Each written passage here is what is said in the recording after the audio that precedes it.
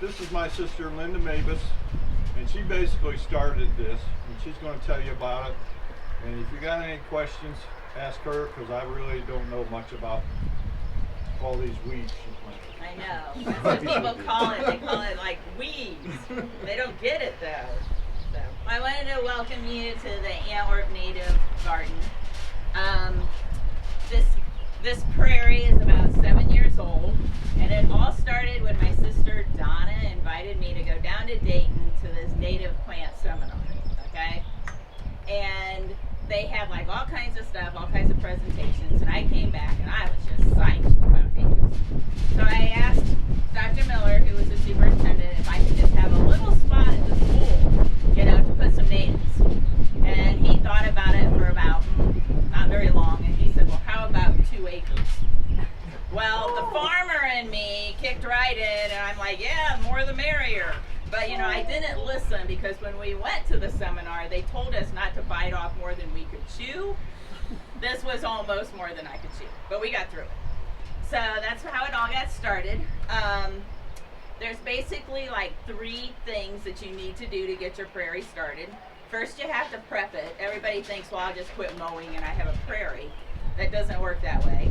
So we actually sprayed 3 times, because this was just a big old field that the school owned, and all they did was mow it. There wasn't anything planted in it. It wasn't really grass, it was just weeds, and they mowed it. And so we sprayed 3 times. We sprayed in the spring, we sprayed in the summer, and we sprayed in the fall. And that was to try and get rid of the weeds that you don't want to come back. It's not a perfect solution, obviously, because we still have weeds that show up, but it did help.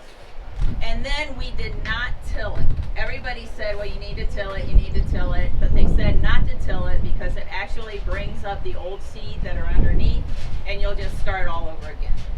So when we got done, we had just this dead field, just plain dead field.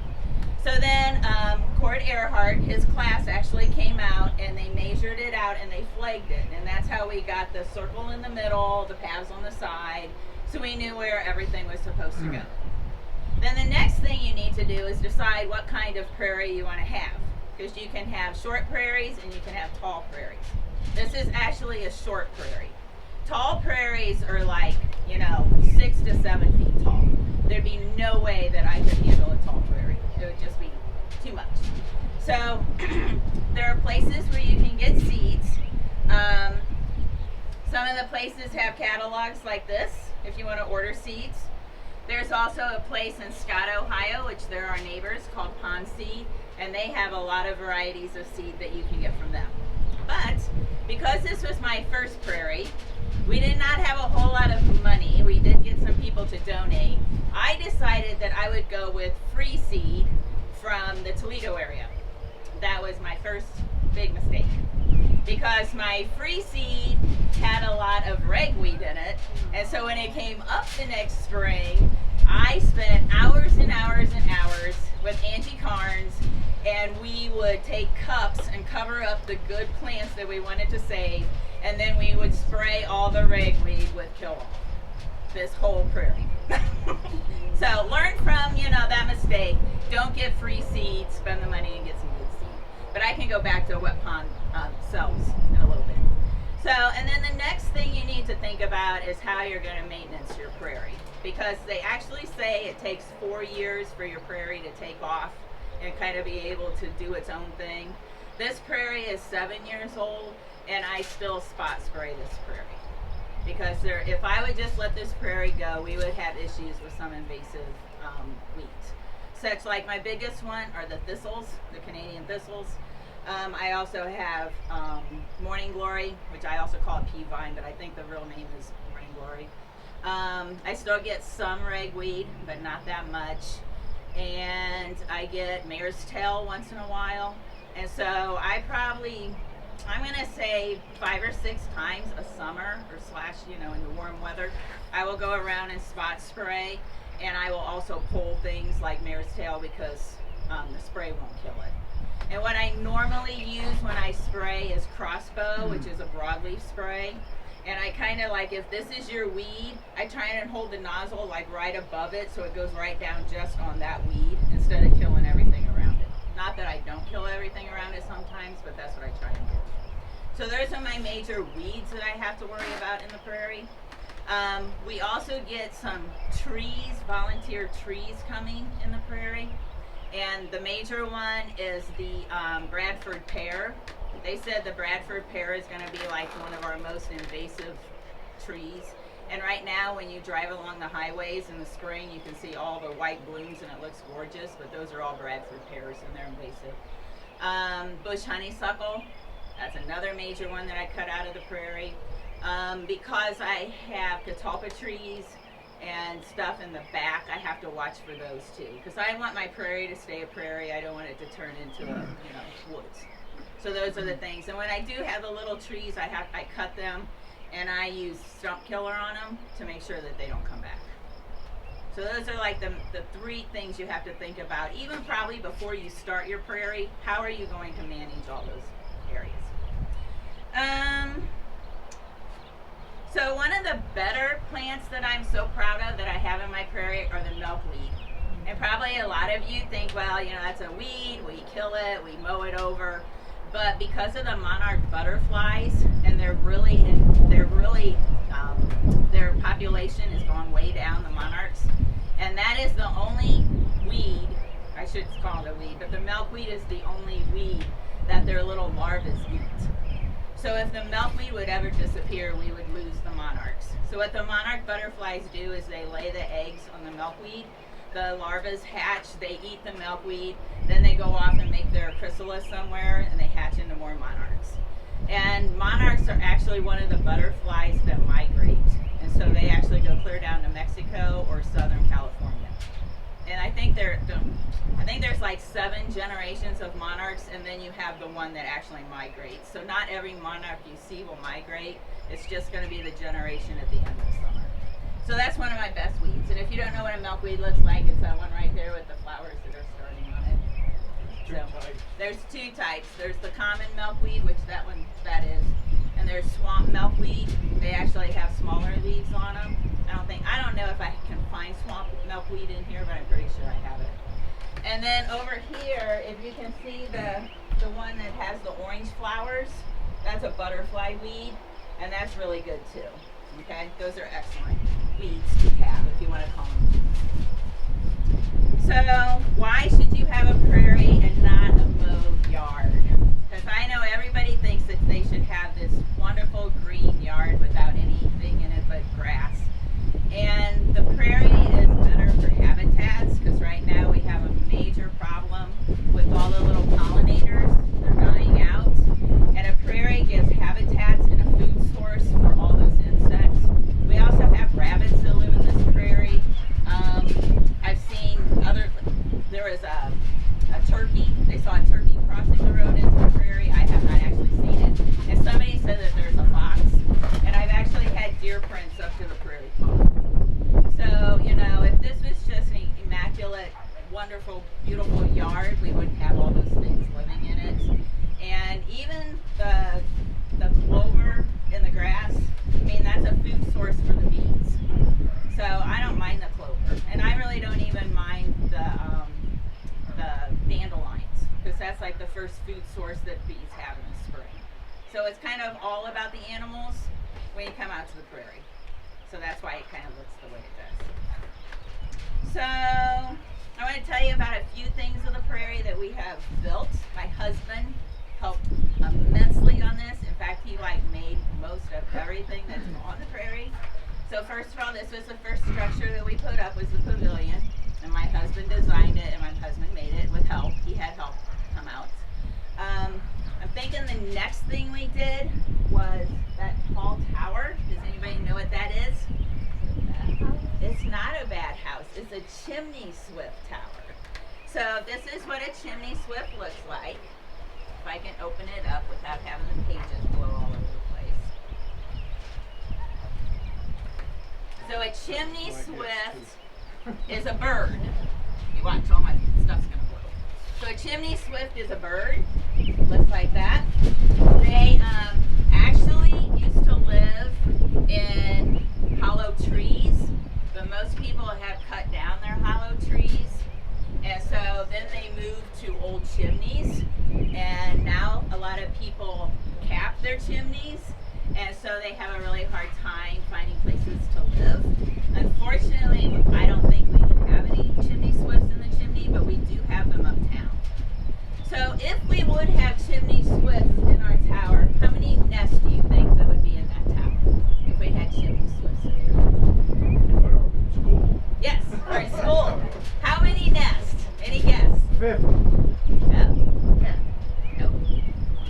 One. They would only have one nest. So there could be like 20 chimney swifts that would live in there, but only one nest, because it's like, that's the top chimney swift, the male and the female, and they would have one nest. So chimney swifts look like little flying cigars, and when they fly, their wings are like this. They don't like go like this. They kind of fly back and forth like this. They have really weak legs, and so you would never find them sitting on a branch or on the ground. The only time they rest is if they hang on something. So they hang on like the sides of chimneys, or if the bark is rough, they can hang on it. They're weak, their legs cannot support them to land on the ground. So, and only one nest in there. They fly around all day eating bugs, and then at night when it starts getting dusk, you'll see them swoop around the chimney like this, and then pretty soon they go down. Another one. So it's really neat. And like I said, we do have them up now. So they're really. Huh? Have you ever had them? I have not seen them up here. I used to look like in there, I would crawl underneath and look up through the hole, and I have not seen. I'm thinking that the tower's not tall enough. But we did build it according to specs, and we are on, they have like this web page where people can go look at chimney swift towers, and we are marked on that web page. We also have one at my house too. We built one for the house too. But the reason why that's different than a bad house is because a bad house, the bats need to come up. Like a bad house is like this, and the opening's down here, and the bats come up. That one, the opening is the top part, so the chimney swifts can go down into it. So a bat would never use this. We do have a bat house right here, though, on the outside of this one. So we do have a bat house here too. The mailbox, that's another feature. My husband made the whole support structure there, and that has all my information in it. So like I have a bunch of papers like this that show the different flowers, depending on what time of season you're here. The chimney swift book is in there. Sometimes there's clipboards in there, pencils in there, whatever you would need if you were out in the prairie and you wanted to find something. The solar panel that's on the other side of the mailbox, that is what runs the pump for the prairie pond. So it has to charge the battery, which is under the fake rock, and then the pump will run for about 4 to 5 hours during the day, and then the pump shuts off and they have to charge the battery again. If you want to do a prairie pond, I'll give you a hint, it's not maintenance free. So the prairie pond, we have had issues with the pump. It doesn't always seem to want to run. And then the water turns green, and I'm using this stuff. Last year it worked. This year, of course, it won't work. So now I'm looking, we talked to the guy that does our pond at our house, and he's gonna bring a different bottle to try and keep the water from turning green. So the prairie pond is a problem, but that's the first thing the kids go to when they come out here. And we do have a frog that lives in it, so I'm excited about it. The sign out front, if you didn't notice it, my husband also made that. It says Native Prairie Garden, and then at the bottom it has public welcome, and it has like pictures and stuff on it. So he also made that, and he made the bridge that you came across. So the bridge was the last thing that we added to it. I'm thinking it's been completely done now, I want to say for 2 years, maybe 3, something like that. Okay, so we have, this is as much as I'm going to do, and I'm just going to maintenance what's here. So kudos to my husband for doing all that stuff. Might mention Rochester Park. Oh yes, Rochester Park. Well, this isn't my only prairie. So I have prairie at home. Last year we did like, I want to say 1/2 acre, and this year we probably added another acre to that. And then we started some prairie spots at Rochester Park, which is over by the Cecil Bridge. We killed off the grass in 3 different circles, and we started prairie there. But that's kind of going kind of slow because last fall we had a drought and we actually bought plugs for that, and we had a drought, so not very many of the plugs, which are baby plants, actually lived. So then this year we scattered seeds, and guess what? They got no rain. Another drought. So we might have to replant. But so now when I get my seeds, I get them from Pond Seed, which is in Scott, Ohio. They have lots of different seeds packages that you can pick from. The ones that I try and use the most is actually native seeds. They do tend to be more expensive. If you don't want to put the money into the natives, they also have wildflower packets, which are cheaper. The native seeds are like the plants that were here, 200 years ago. The wildflower packets, they're just as pretty and everything else, but it means that some of those plants came from other places, I don't know where, but other states and stuff like that. So that's the difference in the seeds. But they even have a seed packet that if you buy a certain spray, like after you plant it and you have weeds, you can just go in and spray the whole thing with a certain spray. I can't remember the name of the spray. It starts with a P, and the plants will still live and all the weeds will die. But it's a special seed packet there. Let's see. The stepping stones, this was an art project that I did with 3 of my grade levels. So we had to do it like basically one student with me. So it took quite a while to do it, and we made them out of the concrete and put their hands on it, handprints on it. So that was an art project. Every fall I have a Prairie Day here. It's the first Wednesday in October, and I bring in 2 speakers, and then we rotate the kids through. So like if we bring out first grade, we split them in half. One goes for one speaker, one comes to the other speaker, and then we split half or switch halfway. And we do that for 1st to 5th grade. We've done that for 4 years now, I think. That's our Prairie Day. And I want to show you though how to identify the plants. So let me find my phone, because I know people are going to say, well, what's this plant? What's that plant? I don't always know all the names of the plants, but so when I don't know it, I use my Google. There's an app for this. You don't have to pay for it. It's just Google. Of course, there's an app though. So it's just Google, and it's Google search.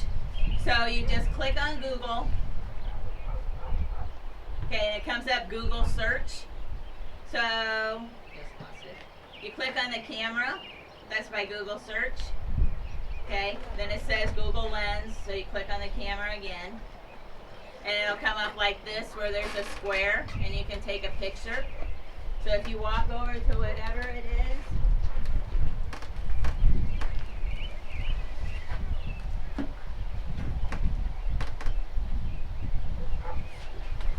and then it came up common milkweed. You don't even have to pay for this. Now it does better if you actually have flowers on the plant, because sometimes if you just have leaves, like in my new prairie at home, I have these plants with round leaves. I don't really know what they are, so I took a picture of it, and Google told me that I have large bottleneck gourds growing in my plant. So I'm really hoping that's not the case, because I have a lot of them growing, but time will tell. And I tried it like over and over again. It kept coming up large bottleneck gourds. So it's not always perfect, but like I said, it does better if you actually have a flower in the picture. So, question. Search images camera. Yep, you just click on the camera.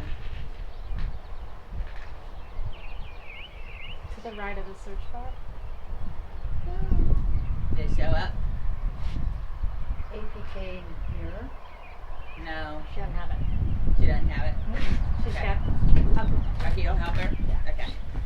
So, I probably forgot lots of stuff that I wanted to talk about, but, Well, you couldn't do this in Hicksville, right? right? So Hicksville has a 8-inch wheel. Oh, they do? But see, we call this a prairie garden. So that's probably why we call it that, to get, Somebody probably did in the backyard or something. yeah. If their whole yard was like this tall, they wouldn't. But this isn't a yard, so. Any questions about the prairie? Yeah, Yes. this was not a prairie like what you made 200 years ago. It was black swamp then. Well, yeah. I don't think the school would like me though, putting in a swamp. That Well, probably okay. wouldn't go over well. And there were probably trees also.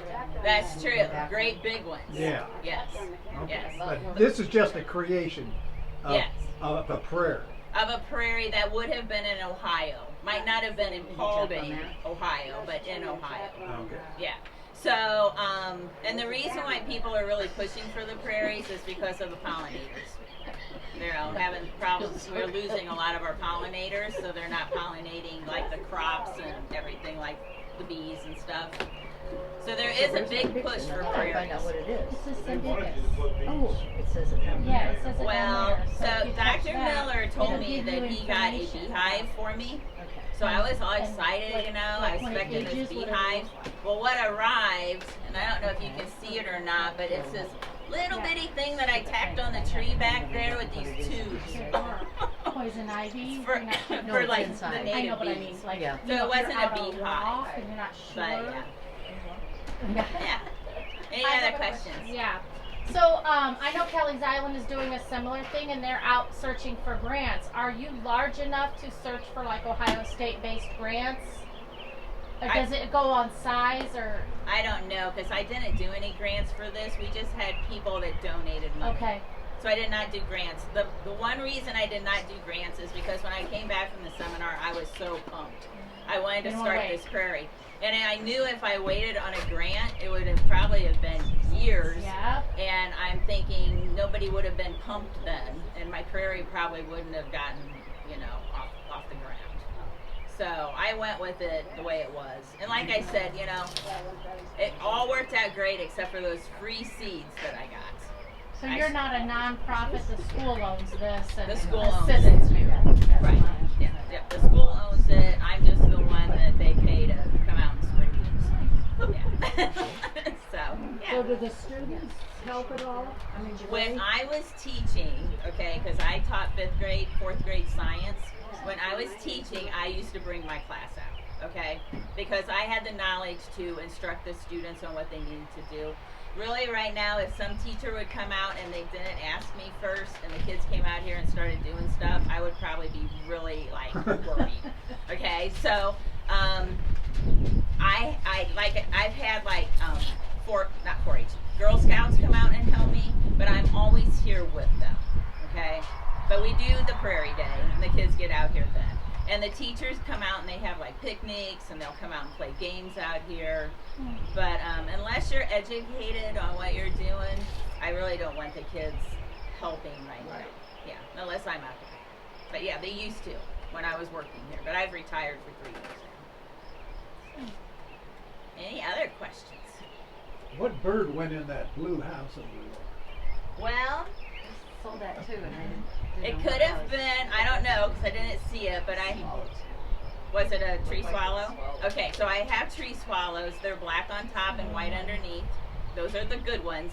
I also have a lot of house sparrows, and I don't encourage them to make a nest. In fact, I decourage it, so if that's a word. But yeah, so that was probably, if it was black on top, white on the bottom, then that's a tree swallow. And you do have some martins. Yep, we have martins. Oh, I forgot to tell you about the martin house. So the martin house, the first time we put it up, we just had the top part. We did not have any boards, okay? I had all my holes open. I was really expecting like all the holes to be full. Well, they were of sparrows. So that did not work. So then I started looking around and talking to people, and they're like, well, the martins don't like those kind of houses. They like gourds. And I'm sitting here thinking, then why do they sell this kind of house? So I went and I bought the gourds and I tied them on the bottom of the house, which I'm not really sure that's stable if we had a really bad storm, but hopefully it stays up. And so now 3 out of my 4 have martins in them, and only 1 has a sparrow. But I keep the top part plugged. So there again, I would just do gourds. Do not get a martin house that looks like that. But live and learn, you know, what can you say? So yeah, and then all the lights are solar powered. So, and they're not real bright because I didn't want a lot of light out here because, you know, this is a prairie, so I wanted it to be dark like a prairie, but these lights hardly glow at all. I was kind of bummer about these. I thought they'd give off a little more light, but the tall street ones, they do give off some. But I keep them on low. They actually have a low and high, and I keep them on low. You worry about catching fire at all?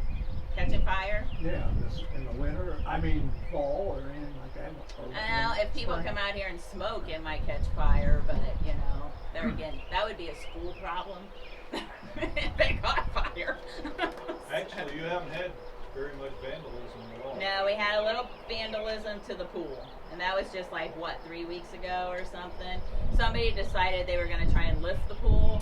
I don't really know how they got all the water out of it, but yeah, they tried to lift the pool. So we had to put the pool back in. But honestly, I've been in, well, the one time they threw all the stones, all the decorative stones except for the fake one, into the pool. So I had to take those out. But no, really the vandalisms have not been that bad.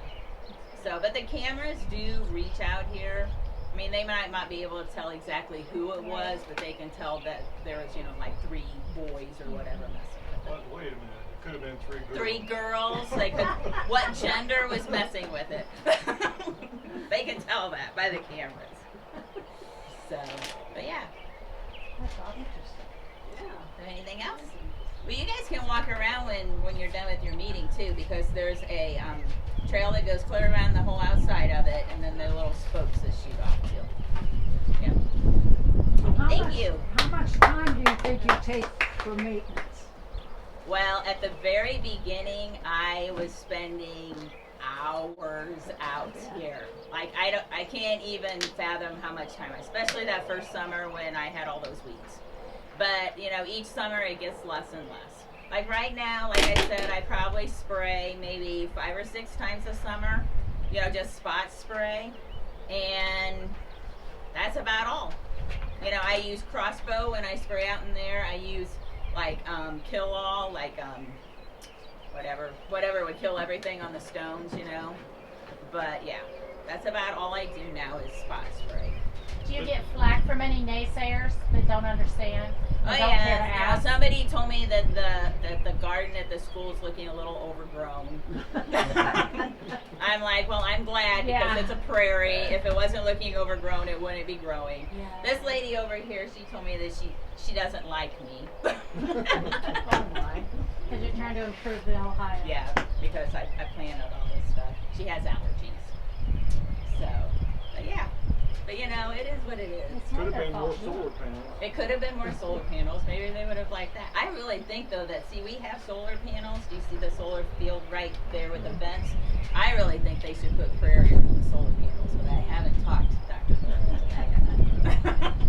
So, But they no, probably don't, does the school maintain they it? don't maintain Yeah, it, but that's I would think what that would be wonderful up there. But yeah.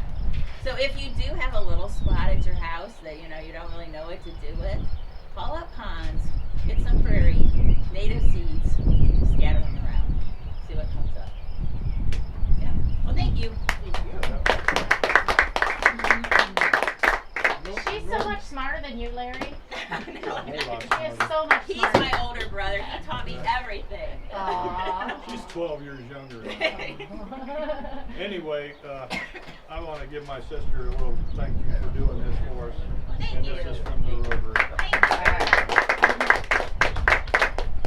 And all the food you can take home. Yeah, there we go. Yeah. Anybody else want some stuff? I brought some baggies and stuff. We can bag some of it up if you want to go. Other than that, we don't have a flag. We say the Pledge of Allegiance.